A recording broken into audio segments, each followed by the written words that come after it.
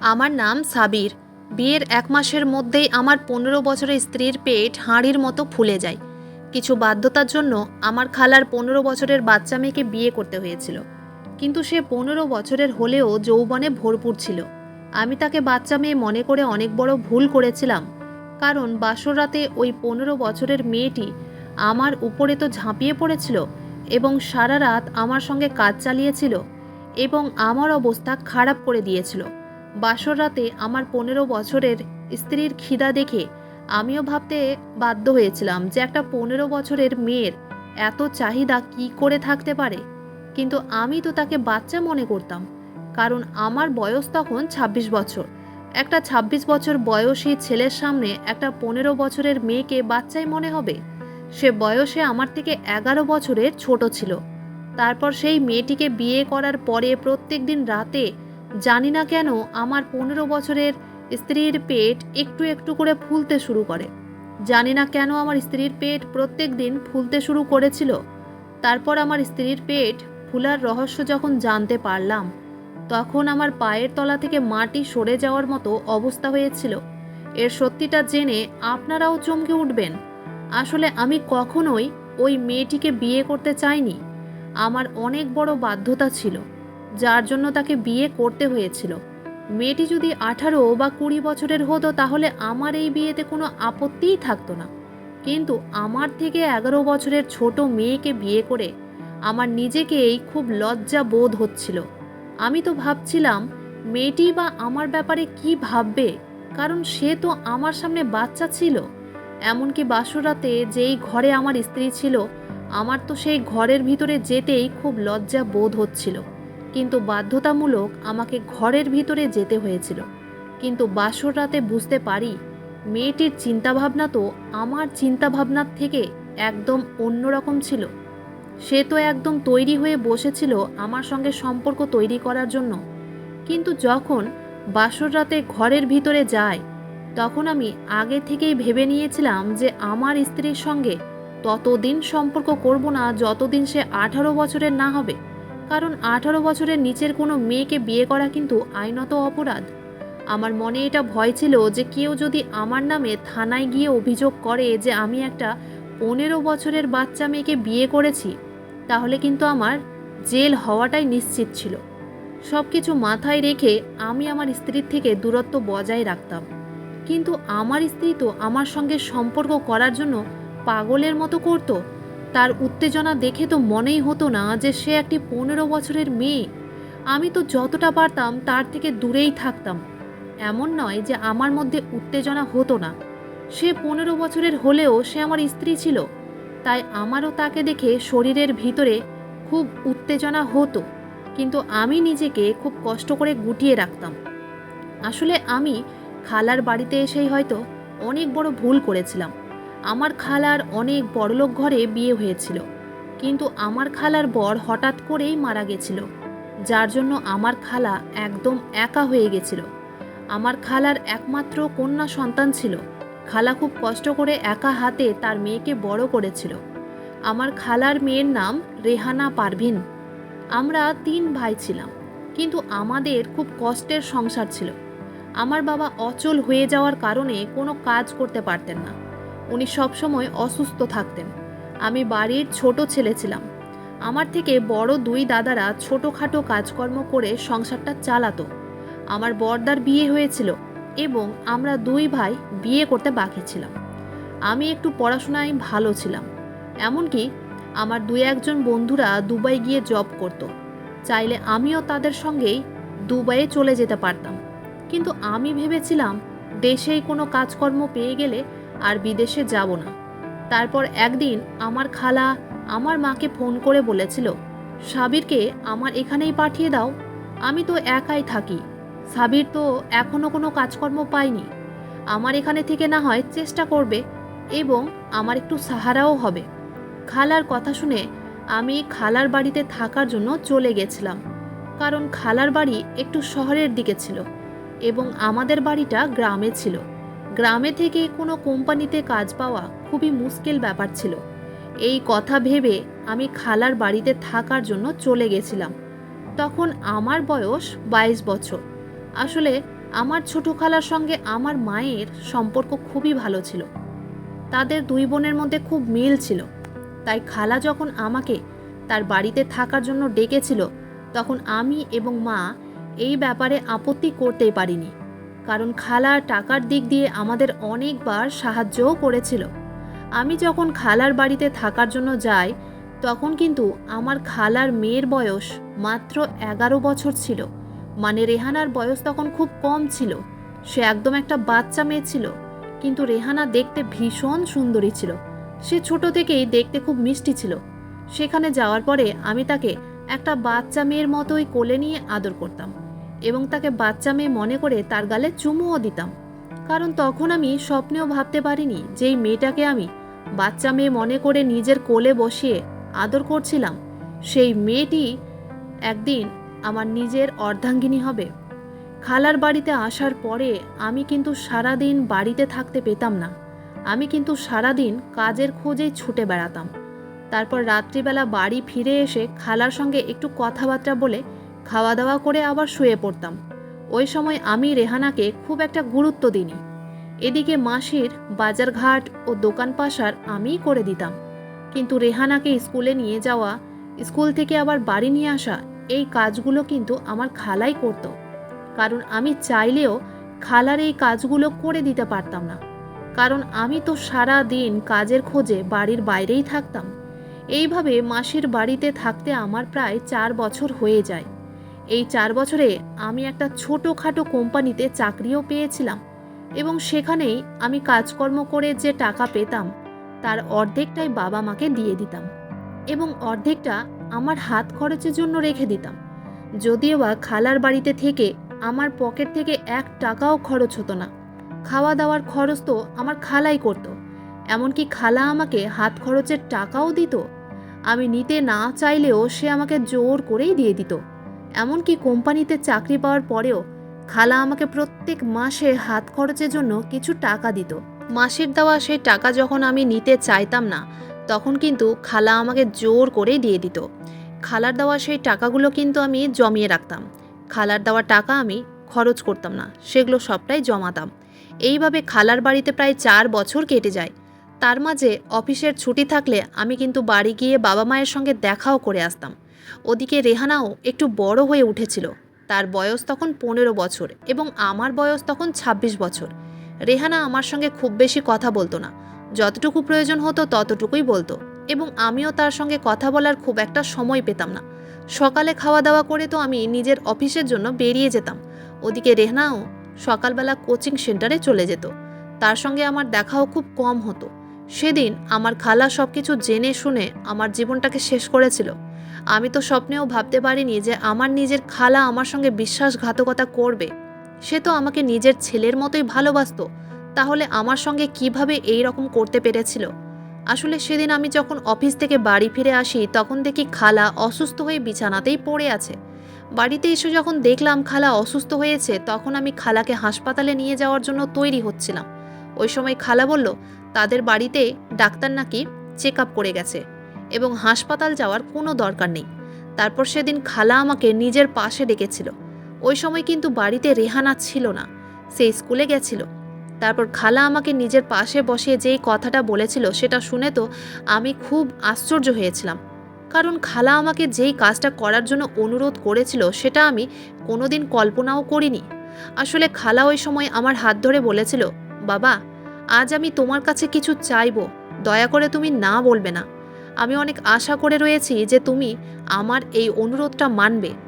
আমার শরীর খুব একটা ভালো নেই, হয়তো আমিও খুব তাড়াতাড়ি এই পৃথিবী ছেড়ে চলে যাব এবং আমার যেহেতু একটাই মেয়ে, তাই আমি আমার মেয়েকে অন্য কারোর ভরসায় রেখে যেতে পারবো না।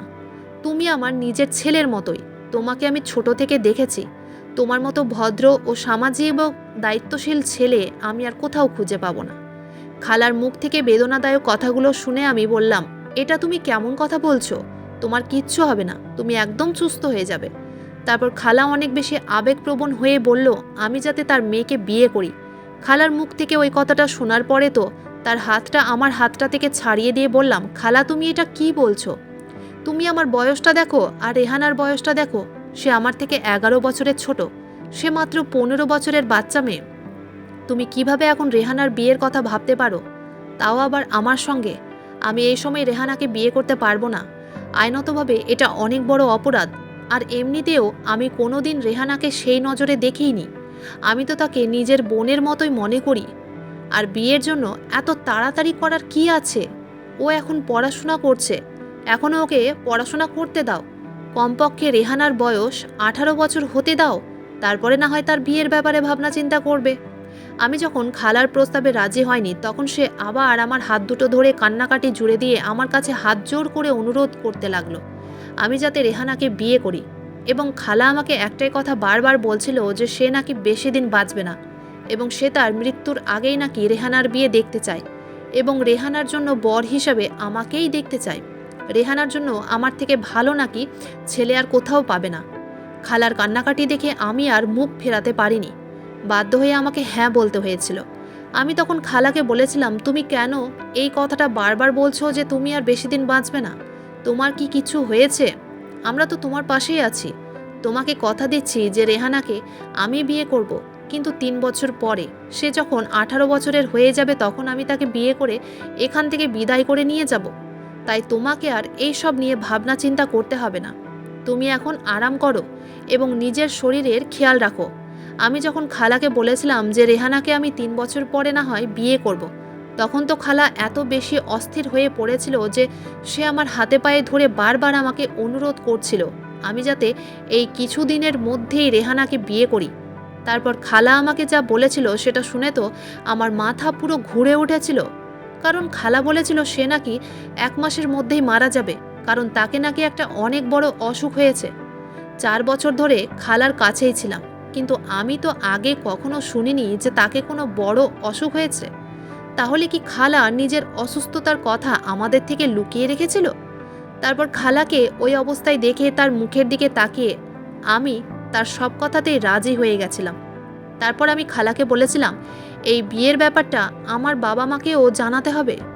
খালা তখন বলেছিল সে নাকি আগে থেকেই আমার বাবা মাকে এই ব্যাপারে বলে দিয়েছে, এবং আমার বাবা মায়ের নাকি এই বিয়েতে কোনো আপত্তি নেই। শুধু তাই নয়, খালা বলেছিল রেহানার নামে যা সম্পত্তি আছে তার কিছু অংশ নাকি রেহানাকে বিয়ে করার পরে আমার নামে করে দেবে। আমি তখন খালাকে বলেছিলাম ওইসব করার কোনো দরকার নেই, কারণ আমি তো সম্পত্তির লোভে রেহানাকে বিয়ে করতে রাজি হয়নি। আমি শুধু আমার খালার মায়াভরা মুখের দিকে চেয়ে রেহানাকে বিয়ে করতে রাজি হয়েছিলাম। যদিও বা আমার তখন বিয়ে করার কোনো ইচ্ছে ছিল না। আসলে আমার স্বপ্ন ছিল কাজকর্ম করে টাকা পয়সা জমিয়ে আমি যাতে একটা ছোট্ট বাড়ি কিনতে পারি, এবং তারপরে না হয় বিয়ের ব্যাপারে ভাবনা চিন্তা করব। কিন্তু আমার সামনে কোনো দিন এই রকম পরিস্থিতি তৈরি হবে আমি ভাবতেও পারিনি। খালার জায়গায় আর অন্য কেউ থাকলে হয়তো আমি এই বিয়েতে কোনো মতেই রাজি হতাম না, কিন্তু খালার বাড়িতে যেহেতু 4 বছর ধরে ছিলাম, এবং খালা আমার ও আমার পরিবারের অনেক সাহায্য করেছিল, এইসব কথা ভাবনা চিন্তা করে আরই আমি খালাকে না বলতে পারিনি। আমি যখন এই বিয়েতে রাজি ছিলাম, তারপর আমি খালাকে জিজ্ঞেস করেছিলাম রেহানা কি এই ব্যাপারে জানে?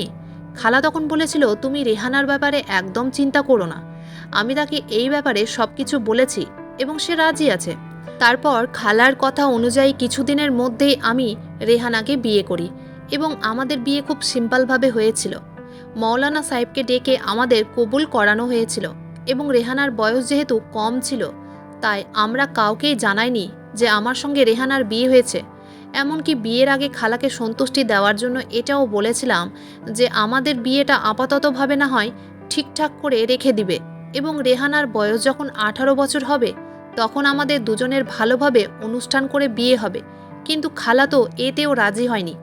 জানি না আমার খালা কেন এত ব্যস্ততা ও তাড়াহুড়োর মধ্যে আমার সঙ্গে রেহানার বিয়ে দিয়েছিল। কিন্তু পরে যখন এর সত্যিটা জানতে পারি তখন তো আমার পায়ের তলা থেকে মাটি সরে গেছিল। তারপরে সেদিন যখন রেহানার সঙ্গে আমার বিয়ে হয়ে যায়, তখন রাতের বেলা আমি মন খারাপ করে সোফাতেই বসেছিলাম এবং ভাবছিলাম যে আমি কত কী স্বপ্ন দেখেছিলাম নিজের ফিউচার নিয়ে, কিন্তু কিছুদিনের মধ্যে সব কিছু পাল্টে গেছিল। ওদিকে বিয়ের দিন রাতে রেহানা ঘরের ভিতরে ছিল এবং আমি বাইরেই বসেছিলাম, কারণ আমাকে ঘরের ভিতরে যেতে কেমন একটা লজ্জা বোধ হচ্ছিল। কারণ যেই মেয়েটাকে আমি ছোট থেকে বাচ্চা মেয়ে ভেবে আদর করতাম ও ভালোবাসতাম, সেই মেয়েটার সঙ্গে ফুলশয্যার রাত হবে এটা ভেবেই আমার কেমন যেন একটা মনে হচ্ছিল। এমন নয় যে রেহানা দেখতে সুন্দর ছিল না, সে ভীষণ সুন্দরী ছিল এবং গত ৩-৪ মাস থেকে রেহানাকে তো আরও সুন্দর দেখাচ্ছিল এবং তার শরীরের গঠন দেখে মনেই হতো না যে তার বয়স ১৫ বছর। কিন্তু তার বয়স যদি ১৮ বছর হতো তাহলে আমার এই লজ্জা বা দ্বিধাবোধ হতো না। এদিকে এটাও ভাবছিলাম যে খালা হয়তো নিশ্চয়ই রেহানার উপরে চাপ সৃষ্টি করেছে আমার সঙ্গে বিয়ে করার জন্য, ঠিক সেইভাবে যেইভাবে আমার উপরে চাপের সৃষ্টি করেছিল রেহানার সঙ্গে বিয়ে করার জন্য। এইসব কথা ভাবছিলাম, ঠিক ওই সময় খালা আমার সামনে এসে বলল, আরে বাবা, তুমি এখানে বসে কি করছো? আমার মেয়ে তো তোমার জন্য অপেক্ষা করে বসে আছে, তুমি ঘরের ভিতরে যাও। আমি তখন বলেছিলাম, খালা আমি পরে ঘরে যাচ্ছি। আমি যখন ঘরের ভিতরে যেতে চাইনি তখন খালা বুঝতে পেরেছিল যে আমার মনের মধ্যে কি চলছে। সেটা বুঝতে পেরে খালা আমার হাত ধরে ঘরের ভিতরে টেনে নিয়ে গিয়ে বলল, আমি তোমার কোনো কথা শুনবো না, তুমি এখন আমার মেয়ের কাছে যাও। তারপর খালা জোর করে আমাকে ঘরের ভিতরে নিয়ে গেছিলেন। আমাকে ঘরের ভিতরে রেখে দিয়ে খালা ঘরের বাইরে চলে গেছিল। ঘরের ভিতরে ঢুকতেই রেহানার দিকে চোখ গেল।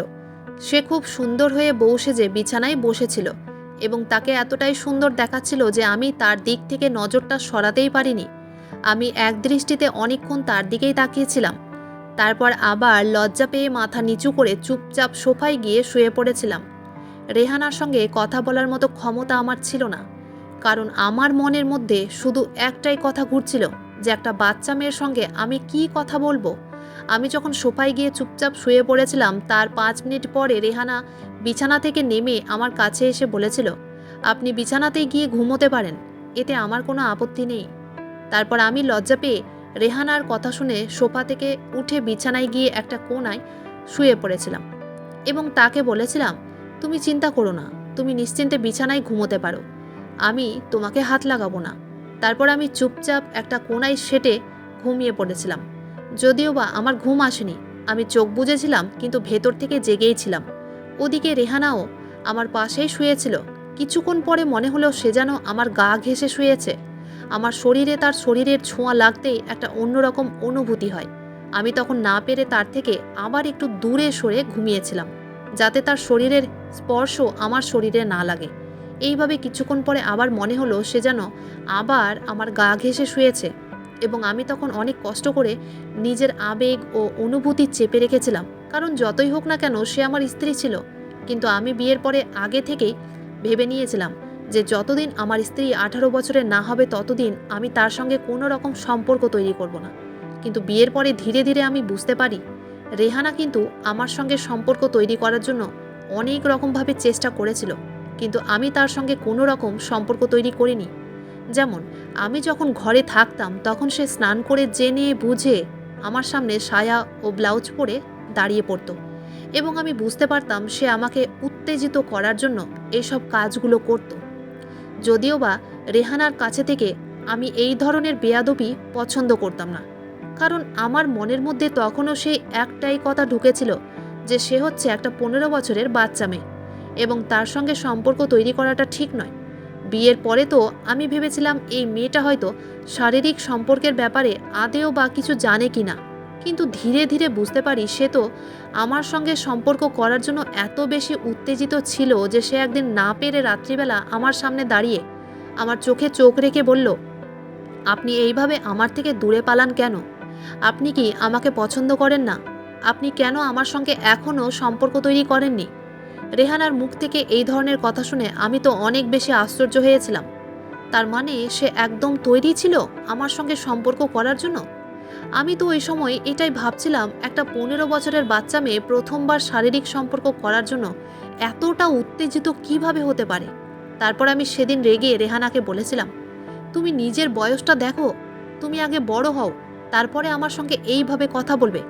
আর এমনিতেও তোমার 18 বছর বয়স না হওয়া পর্যন্ত আমি তোমার সঙ্গে কোনো রকম সম্পর্ক তৈরি করব না। তাই তুমি আজকের পর থেকে আলাদা জায়গায় ঘুমোবে এবং আমার কাছে আসার একদম চেষ্টা করবে না। সেদিনের পর থেকে রেহানা আমার কাছে আসার চেষ্টা করেনি। কিন্তু একটা জিনিস লক্ষ্য করেছিলাম, বিয়ের পরে কিন্তু রেহানার পেট দিন দিন ফুলেই চলেছিল।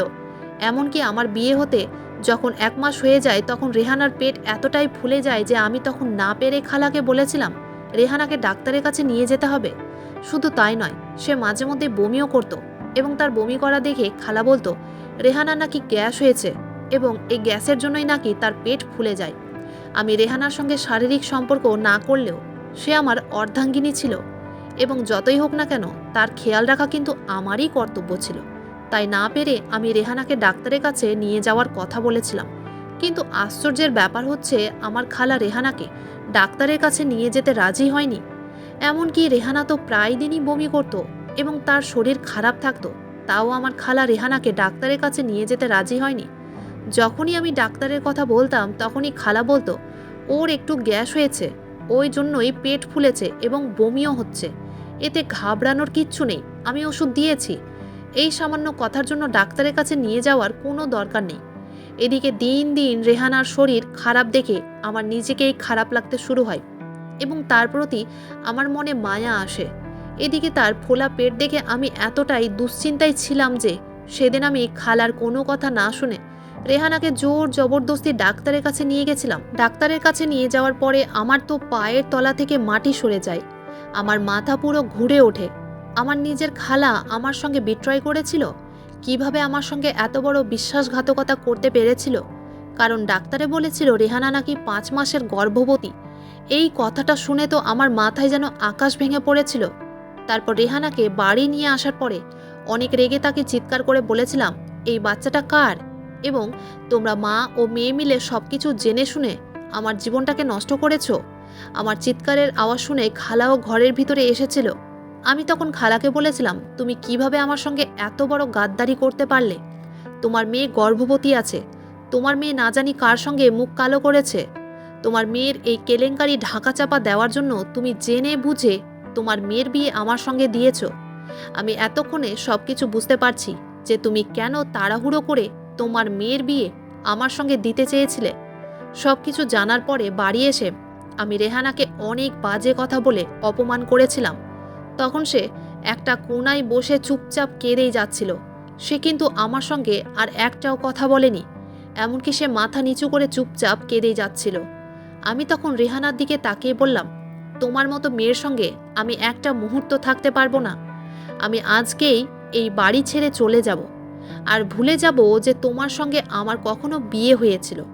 আমি তো তোমাকে অনেক ভালো ভাবতাম, কিন্তু তোমার চরিত্র এতটা খারাপ হবে আমি কোনোদিন স্বপ্নেও ভাবতে পারিনি। তারপর খালা হাত জোর করে অনেক কান্নাকাটি করে আমাকে বলল, বাবা, এতে আমার মেয়ের কোনো দোষ নেই। আসলে তার স্কুলের একটা ছেলে আমার মেয়ের সঙ্গে জোর জবরদস্তি নোংরামি করেছে, যার জন্য আজ আমার মেয়ের এই অবস্থা এবং আমার মেয়ের বদনামি হয়ে যাবে বলে ভয়ে আমি পুলিশের কাছে যাইনি। ভেবেছিলাম তুমি আমার মেয়েকে বিয়ে করে ফুলশয্যার রাত করে নেবে, তারপরে এই সব কিছু ঢাকাচাপা পড়ে যাবে এবং পরে তুমি কিছু আর জানতেও পারবে না। আমি স্বীকার করছি যে তোমার সঙ্গে আমি অনেক বড় অন্যায় করেছি, কিন্তু হাত জোর করে বলছি তুমি আমার মেয়েকে ছেড়ে দিও না, আমার মেয়ের জীবনটা নষ্ট হয়ে যাবে। আমি তখন অনেক রেগে আমার হাত থেকে মোবাইলটা বিছানায় অনেক জোরে ছুঁড়ে ফেলে দিয়ে খালাকে বললাম, তুমি শুধু নিজের মেয়ের কথাটাই ভাবছো? তুমি একবার আমার অনুভূতিটা বোঝার চেষ্টা করেছো যে আমার উপর দিয়ে এখন কি যাচ্ছে? আমি তোমাদের মুখ দেখতে চাই না, আর এতে আমার কিছু যায় আসে না যে তোমার মেয়ের জীবন খারাপ হবে না আবার তোমার মেয়ে নিজের মুখ কালো করার জন্য হয়তো অন্য কারোর সঙ্গে পালিয়ে বিয়ে করবে। আমি কিছুদিনের মধ্যে এখান থেকে দুবাই শহরে চলে যাব। আমি আর একটা দিনও এখানে থাকতে চাই না। আমি জীবনে কোনো দিন তোমাদেরকে ক্ষমা করতে পারবো না। এই বলে আমি অনেক রাগ করে সেখান থেকে সেদিন বেরিয়ে চলে এসেছিলাম। তারপর আমার বন্ধুদের বলে দুবাই যাওয়ার ব্যবস্থা করেছিলাম। তারপর 15 থেকে 20 দিনের মধ্যেই আমি দুবাই শহরে চলে যাই এবং 15 থেকে 20 দিনের মধ্যে খালা কিন্তু অনেকবার আমাকে ফোন করে কথা বলার চেষ্টা করেছিল, কিন্তু আমি নিজের মোবাইলে সিম কার্ড চেঞ্জ করে ফেলেছিলাম যাতে তারা আমাকে ফোন করতে না পারে। তারপর আমি 2 বছরের ভিসা নিয়ে দুবাই চলে গেছিলাম। এই ব্যাপারে কিন্তু আমি বাবা মাকে কিছুই বলিনি যে খালা আমার সঙ্গে কত বড় বিট্রয় করেছিল। আমি শুধু বাবা মাকে এটাই বলেছিলাম, দুবাইয়ে অনেক বড় কন্ট্রাক্ট পেয়েছি এবং 2 বছর পরে আমি নিজের দেশে ফিরে আসব। দুবাইয়ে যাওয়ার পরে আমি কোনো দিন রেহানা ও খালার ব্যাপারে খোঁজ খবর নিইনি, কারণ তাদের প্রতি আমার মনে অনেক রাগ ছিল। দুবাইয়ে 2 বছর থাকার পরে আমার কন্ট্রাক্ট যখন শেষ হয়ে যায় তখন আমি নিজের দেশে ফিরে এসেছিলাম এবং নিজের দেশে আসার পরে আমার কিন্তু একবার ইচ্ছে হয়েছিল রেহানার সঙ্গে দেখা করার। তারপর একদিন সন্ধ্যাবেলায় আমি যখন রেহানার বাড়ি গেলাম তখন তাদের বাড়ির অবস্থা দেখে আমার পায়ের তলা থেকে মাটি সরে গেল। কারণ সেখানে গিয়ে জানতে পারলাম রেহানার মা আমার চলে যাওয়ার ৬-৭ মাস পরেই নাকি মারা যায়। এবং এই কথাটা রেহানা আমার বাবা মাকে আমাকে বলতে বারণ করেছিল। শুধু তাই নয়, খালার মারা যাওয়ার পরে রেহানা আমার বাবা মাকে নিজের ব্যাপারে সব কিছু সত্যি কথা বলে দিয়েছিল। এবং রেহানার পেটে যে বাচ্চাটা ছিল সেটা কিন্তু মৃত জন্ম হয়েছিল। এবং রেহানা শারীরিক অবস্থা খুবই খারাপ ছিল, কারণ তাকে টিবি হয়েছিল এবং সে শুকিয়ে হাড় হয়ে গেছিল। তাকে ওই অবস্থায় দেখে আমার নিজেকেই খুব খারাপ লাগছিল। সেদিনও সে আমাকে একটাই কথা বলেছিল যে তার সঙ্গে যা হয়েছিল সেটা নাকি সে ইচ্ছে করে করেনি, তার সঙ্গে জোর জবরদস্তি ওই ছেলেটি খারাপ কাজ করেছিল। আমি তো সেদিন রেহানাকে দেখার পরে সব কিছু ভুলে গিয়ে ক্ষমা করেছিলাম এবং রেহানাও আমাকে ক্ষমা করেছিল, কারণ সেদিন আমি তার কোনো কথা না শুনেই তাকে ওই অবস্থায় একা ছেড়ে দুবাই চলে গেছিলাম। তারপর আমি রেহানার ভালো জায়গায় চিকিৎসা করাই। ২-৩ মাস পরে যখন রেহানা সুস্থ হয়ে ওঠে তখন আমি রেহানাকে বাড়ি নিয়ে চলে এসেছিলাম, কারণ খালার মারা যাওয়ার পরে রেহানা সম্পূর্ণ একা হয়ে গেছিল এবং ওই অবস্থায় আমি তাকে একা ছাড়তে পারিনি। ধীরে ধীরে রেহানা যখন পুরোপুরি সুস্থ হয়ে ওঠে তখন তাকে আগের মতোই আবার খুব সুন্দর দেখতে লাগছিল। রেহানার সুস্থ হয়ে যাওয়ার পরে আমরা ছোট্ট করে একটা অনুষ্ঠান রেখেছিলাম। সেই অনুষ্ঠানটা ছিল রেহানাকে বিদায় করে বাড়ি নিয়ে আসার। রেহানা যেহেতু সুন্দরী ছিল তাই তাকে দেখে সবাই বলেছিল আমার বউ খুবই সুন্দরী। সবাই রেহানার চেহারা দেখে খুবই প্রশংসা করেছিল এবং রেহানা যেহেতু 18 বছর বয়স হয়ে গেছিল তাই সেদিন রাত্রিবেলা আমি তার সঙ্গে সম্পর্ক করেছিলাম এবং আমরা দুজন একে অপরকে ভালোবাসা দিয়ে খুব খুশি ছিলাম। এখন সব কিছু ভুলে গিয়ে আমরা দুজনে নতুন করে সুখের সংসার করছি এবং আমার যেটা স্বপ্ন ছিল একটা সুন্দর বাড়ি কেনার, সেই স্বপ্নটাও আমি পূরণ করেছিলাম নিজের ইনকাম করা টাকা দিয়ে। এখন আমরা খুব সুখে আছি ও ভালো আছি। বন্ধুরা, আজকের গল্পটি এখানেই শেষ করছি। গল্পতে কোনো ভুল ত্রুটি থাকলে ক্ষমা করে দিবেন। গল্পটি ভালো লাগলে অবশ্যই লাইক, শেয়ার, সাবস্ক্রাইব করতে ভুলবেন না। ধন্যবাদ।